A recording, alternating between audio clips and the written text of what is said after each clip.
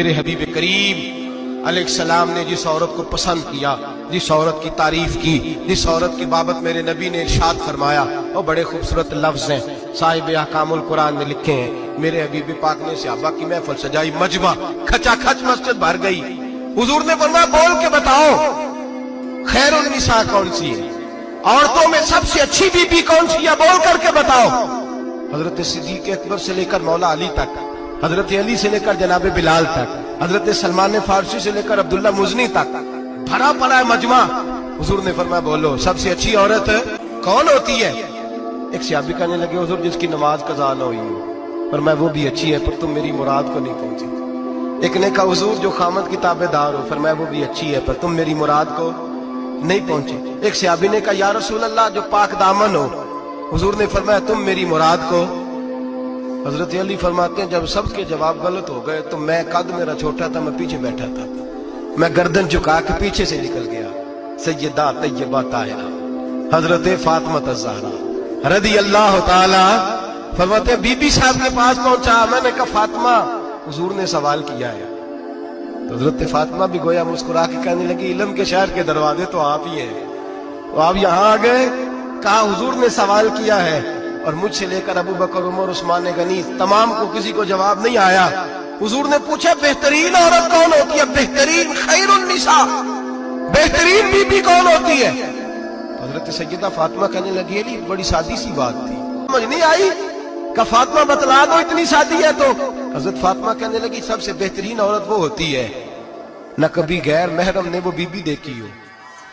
اگلے جملے بھی یاد رکھنے، اور فرمایا نہ اس بی بی نے کبھی کوئی غیر محرم دیکھا ہو۔ صرف مرد پہ پابندی نہیں کہ وہ عورت نہ دیکھے، فرمایا عورت پہ بھی پابندی ہے کہ وہ بھی غیر محرم کا چہرہ نہ دیکھے۔ فرمایا بی بی نے بھی غیر محرم نہ دیکھا ہو، وہ خیر النساء ہے، وہ سب سے اعلیٰ۔ حضرت علی کہتے میں جھٹ سے آیا، پیچھے بیٹھا، بات ابھی جاری تھی، میں نے ہاتھ کھڑا کر دیا، میں نے کہا حضور میں بتاؤں؟ نبی پاک نے فرمایا بتلاؤ۔ تو کہتے میں نے کہا حضور بہترین بی بی وہ ہوتی ہے جس نے نہ کبھی غیر محرم دیکھا ہو اور نہ غیر محرم نے کبھی اسے دیکھا ہو۔ علی فرماتے ہیں میں نے جواب دیا تو میرے رسول کی آنکھوں میں آنسو آ گئے، حضور روئے اور فرماتے ہنستے مسکراتے اچانک صحابہ کے آنسو برسنے لگے، مجمع پہ کیف سا طاری ہو گیا، آنکھیں برسنے لگی۔ ہم لوگ حضور کے رونے پر سکتے میں آ گئے، نظر اٹھائی تو جواب تو میں نے دیا تھا، تعریف میری ہونی چاہیے تھی، شاباش مجھے ملنی چاہیے تھی۔ میرے حبیب نے رو کے آنسو پوچھ کے فرمایا میں تمہیں کہتا نہیں الفاطمہ تو بدعۃ منی، فاطمہ واقعی میرے جگر کا ٹکڑا ہے، فاطمہ میرے وجود کا حصہ ہے، میں تمہیں کہتا نہیں رہتا؟ کہا فاطمہ میرے جگر کا ٹکڑا ہے۔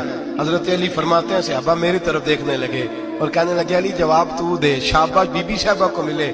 تو کہتے ہیں میں نے کہا حضور روئے ہیں تو آنسو میرے بھی چھلک ہی پڑے ہیں۔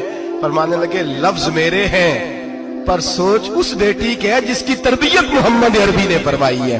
فرمایا جملے میرے ہیں میں بیان کر رہا ہوں لیکن پیچھے سوچ اس نور والی بیٹی کی ہے جس کو اپنے گھر کے اندر رہ کے آنگن میں رکھ کے رسول پاک نے پرورش فرمائی۔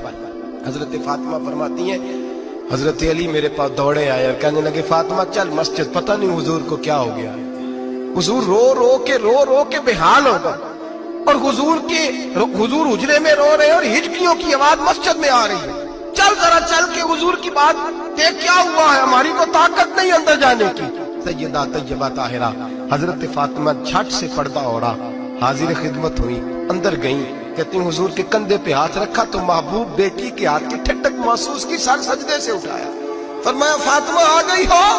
حضور آئی، فرمایا چل بیٹی تو بھی ہاتھ اٹھا اور میری امت کی بیٹیوں کے لیے دعا مانگ، چل تو بھی ہاتھ اٹھا میری امت کی بہنوں ماؤں کے لیے دعا مانگ۔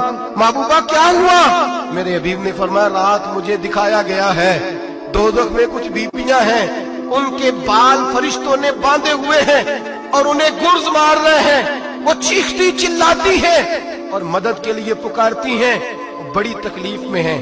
تو بی بی صاحب عرض کرتے ہیں یا رسول اللہ ان کی غلطی کیا ہے؟ تو میرے نبی نے فرمایا وہ باریک دوپٹہ اوڑھتی تھی، وہ باریک دوپٹہ اوڑھتی تھی، ان کے بال چمکتے تھے، غیر محرموں کی نظر پڑتی تھی، انہیں دوزخ میں سزا ملے گی، وہ چلائیں گی چیخیں گی، ان کی مدد کو کوئی نہیں پہنچے گا، چل تو ہاتھ اٹھا دعا مانگ۔ حضرت فاطمہ امت کو پیغام دیتی ہیں پردہ اوڑھ دو، حجاب میں آ جاؤ، اپنے آپ کو رسول اللہ کی بارگاہ میں جھکا دو۔